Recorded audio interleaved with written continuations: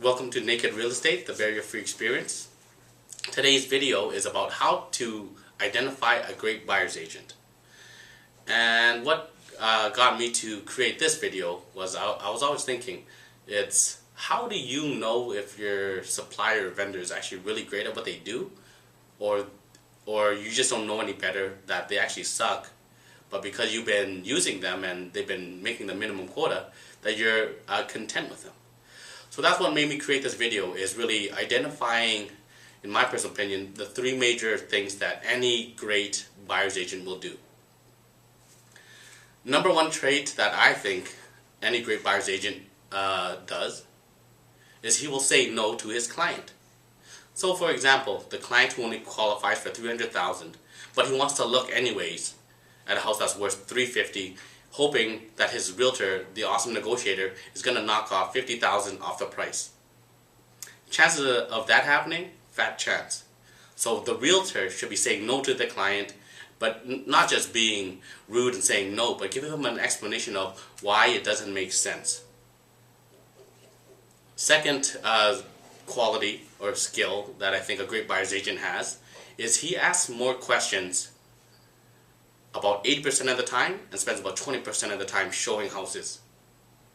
Because really, a lot of people sometimes are not sure on what they want, or they think they want something, but in actuality they don't. And it's a process of just going on and looking at homes. But really, asking the questions up front about why they want to live in an area and why it's important to them, I call it second or third level questioning, really helps identify what's important to the client. Because it's easy to say, I want a 2-story house, 1,700 square foot, 3 bedrooms in this area. And you can find those houses in that area. But more importantly is finding out why they decided to pick that amount of square footage, that area. There's a lot of other factors that really can shorten the process. Because you've heard stories where realtors will show 40 to 80 homes.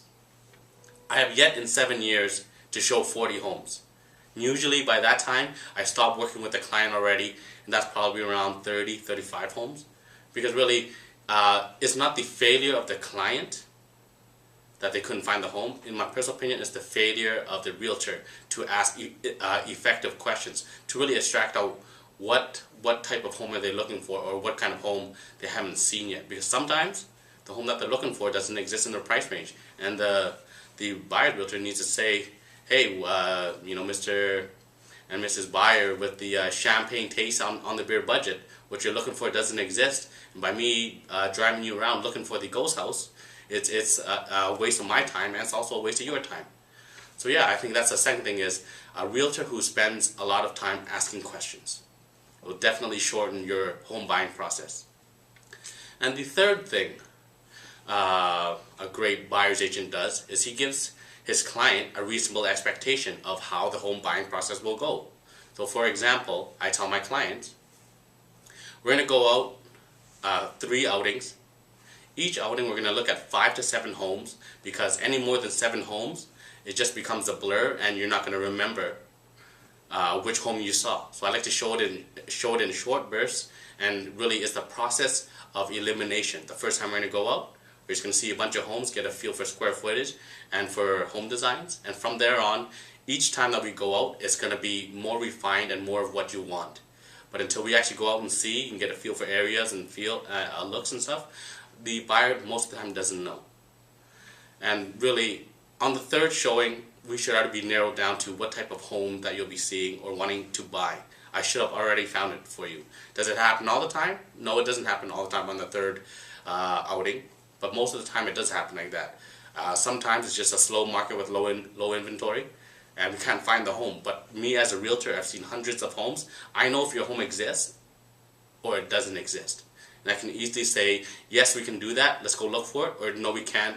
You know what, you might as well just keep renting or stay in the home that you're staying. What you're looking for does not exist. Right? Because really, buying a home is a stressful process, and there's nothing more stressful than being in the middle of, should I buy or should I just stay?